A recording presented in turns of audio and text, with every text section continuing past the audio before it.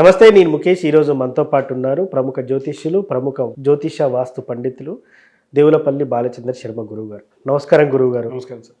Sir ఎలా ఉన్నారు? బాగున్నాను. చాలా రోజుల తర్వాత అసలు. సో ముఖ్యంగా సార్ పెళ్లి పూజలు మనం ప్రతిసారి చేస్తూనే ఉన్నాం. పెళ్లి పూజలు ఇవి చాలా బాగా జరుగుతున్నాయి.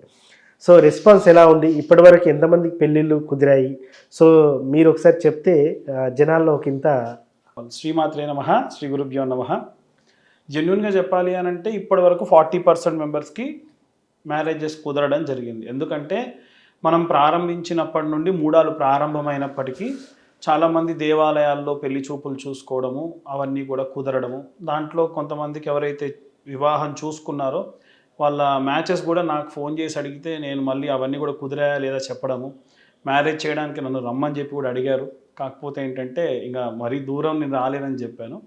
అలా మ్యాక్సిమం ఇప్పటి వరకు ఇంకా త్రూ ప్రాపర్స్ అంటే లూప్ లైన్లో చాలామంది ఇంకా ఉన్నారు.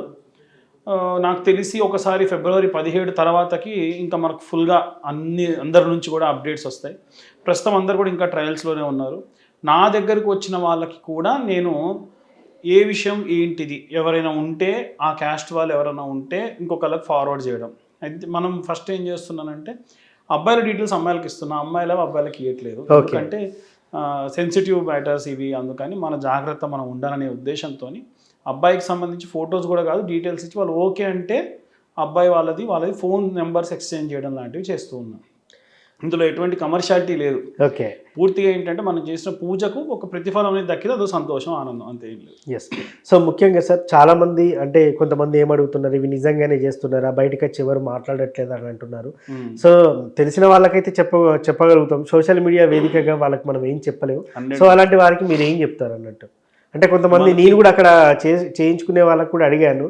వాళ్ళు ఏంటంటే అమ్మో ఇది మా చుట్టాలు చూస్తారు, మాకు తెలిసిన వాళ్ళు చూస్తారు, దాని కారణంగానే మీకు పెళ్ళయింది. 75 మంది చేయించుకుంటే దాంట్లో ఒక్క మాత్రమే స్క్రీన్ ముందుకు వచ్చి మాట్లాడింది. చాలా మంది మెసేజెస్ చేశారు, వాయిస్ మెసేజెస్ పెట్టారు.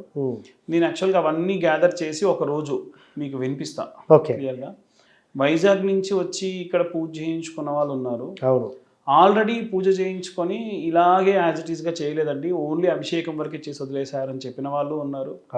సో చాలా వరకు రివ్యూస్ అనేటువంటిది వస్తున్నాయి. స్క్రీన్ ముందుకు వచ్చి చెప్పమంటే అదే ప్రాబ్లం. అమ్మో మీరు ఈ పూజ చేయించుకున్న తర్వాతకి ఈ అబ్బాయి నుంచి పెళ్లి చేయాలంటే ఇవ్వము అని అమ్మాయికి ఎక్కడ అంటారో అనేటువంటి భయంతో చాలామంది ముందుకొచ్చి ఇవి చెప్పట్లేదు. సో అలాంటి రివ్యూస్ ఇవ్వడం నిజం చెప్పాలంటే ఇట్లాంటి సెన్సిటివ్ మ్యాటర్స్ని మనం రివ్యూస్ ఇవ్వలేము. బట్ వీలైనంత వరకు వాళ్ళ మెసేజెస్, వాట్సాప్ మెసేజెస్ కానీ ఏమైనా సరే వాళ్ళు నాతో ఫోన్లో మాట్లాడినటువంటి వాయిస్ నోట్స్ ఉంటాయి, అవి కావాలంటే నేను ఒకరోజు మీకు ప్రజెంట్ చేస్తాను, డిస్ప్లే చేయండి. ఎస్ సార్, ముఖ్యంగా ఈ పూజ చేయించుకున్న తర్వాత కొన్ని నియమాలు నిష్టలు పాటించాల్సింది కూడా ఉంటుంది. సో ఖచ్చితంగా నియమాలు నిష్టలు పాటించకపోతే అదేమన్నా వ్యతిరేక ఫలితాలు ఇచ్చే అవకాశం ఉంటుందంటారా? అలా నేను లేదు సార్, వ్యతిరేక ఫలితాలని కాదు. ఇప్పుడు నేనేం చేస్తున్నానంటే పూజ చేసిన రోజు వాళ్ళ దగ్గర నుంచి సంకల్పం తీసుకుంటున్నా సుందరకాండ పారాయణం కోసమని. ఈ 9 రోజులు నేను నిష్టగా ఉంటున్నా, వాళ్ళని బతిలాడుతున్నా, అమ్మ నేను మీకోసం దీక్ష చేస్తున్నా కాబట్టి మీరు కూడా ఒక 9 రోజులు నాన్ వెజ్ తినకండి, వీలైతే ఒక పూట భోజనం చేసి 2 పూటలు కూడా బ్రేక్ఫాస్ట్లో ఏదైనా కొంచెం అల్పాహారం ఏదైనా తీసుకోండి, ఇలాంటివి చెప్తూ ఉన్నాం. మనం అక్కడే చెప్తున్నాం వాళ్ళకి. పూజ అయిపోయి ఒకసారి వాళ్ళన్నీ అయిపోయి మన దగ్గరికి వచ్చిన తర్వాతకి సంకల్పం తీసుకొని తర్వాతకి వాళ్ళకి ఆ విషయం అంతా కూడా క్లియర్గా ఎక్స్ప్లెయిన్ చేసి చెప్తూ ఉన్నాం. భోజనాలు కూడా పెట్టించేసి పంపుతున్నాం. అయితే చాలా మందికి ఉన్న డౌట్స్ ఏంటంటే, ఇప్పుడు ఈ నిష్ట పాటించకపోతే మీరన్నట్టే అబ్బాయి అమెరికాలో ఉంటాడండి, అక్కడేం దొరకవు.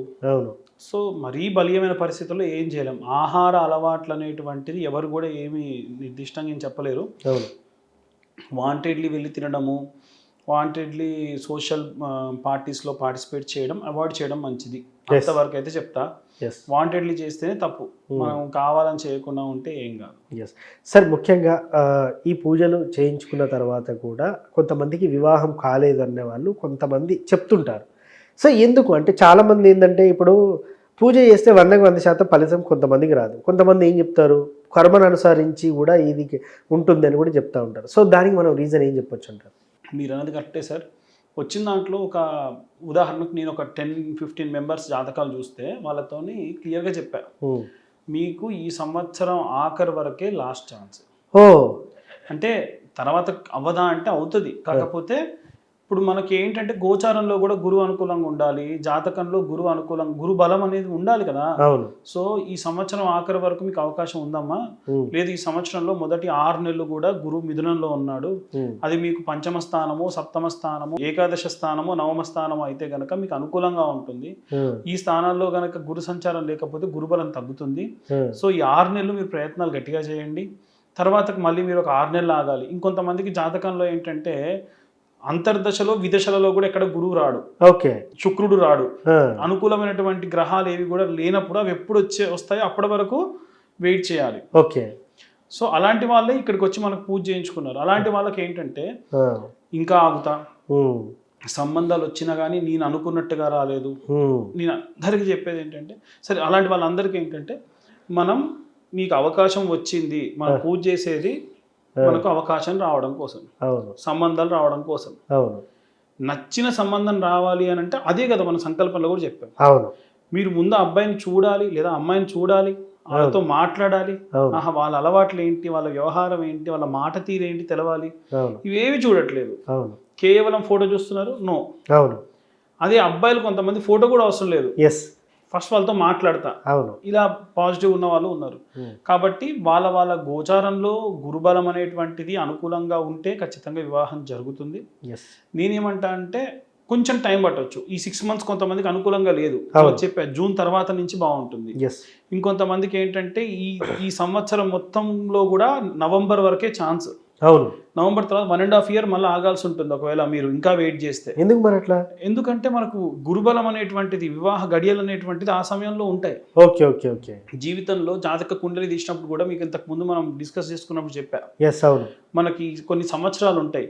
21 సంవత్సరాల వయసు, 26, 32, 40, ఇవి ఇంపార్టెంట్ ఇయర్స్ అన్నమాట. అవును, సో చూడండి 21 తర్వాత మళ్ళీ 26 ఉంది. అవును, వాళ్ళకి ముఖ్యంగా అనుకూలంగా ఉన్నటువంటివి ఎస్, ఆ చార్ట్ లో కూడా లాస్ట్ లో ఎండింగ్ లో ఇస్తా వాళ్ళకి వివాహానికి ఏది అనుకూలంగా ఉంది, ఎస్, ఏది చాలా బాగుంది, ఏవి బాగాలేవు అనేటువంటి విషయాలు కూడా మనం అందులో క్లియర్ గా ఇస్తాం. ఎస్, అవును, ఈసారి నుంచి క్లియర్ గా ప్రతి ఒక్కళ్ళు ఎవరైతే పూజకు అడ్వాన్స్ పే చేస్తారో వాళ్ళకి నేను పూర్తి జాతకం ఇస్తున్నా. ఓకే, ఆహా, అది వితౌట్ ఛార్జ్. మనం జనరల్ గా 2500 ఛార్జ్ చేస్తున్నాం. అవును, అవును, అవును, ఈసారి నుంచి అవి ఏం లేకుండా ఫ్రీగా ఎవరైతే మన పూజ చేయించి, ఎందుకంటే మళ్ళా ఇంత ఖర్చు పెట్టి మళ్ళీ వాళ్ళు ఇంకేమైనా చేసుకోవడం ఎందుకని చెప్పి అవును, వితౌట్ ఎనీ ఛార్జెస్ వాళ్ళకి మనం క్లియర్గా మీరు జస్ట్ అడ్వాన్స్ పే చేసి మీరు పూజ కన్ఫర్మ్ అయితే, ఎందుకంటే నాకు కూడా ఆ, అక్కడ వాళ్ళకి ఏ గ్రహాలు అనుకూలంగా లేవు, ఆ, వాళ్ళకి ఏ గ్రహాల వల్ల ఇబ్బందిగా ఉంది అనేటువంటిది ముందే నోట్ చేసి పెట్టుకొని అందరికీ కూడా ఆ గ్రహాలకు సంబంధించి దోష నివారణ సిద్ధ్యర్థం అని చెప్పి సంకల్పంలో చెప్తూ ఉన్నాను. ఎస్, అవును, అందుకోసం అని చెప్పడం జరిగింది. ఎస్.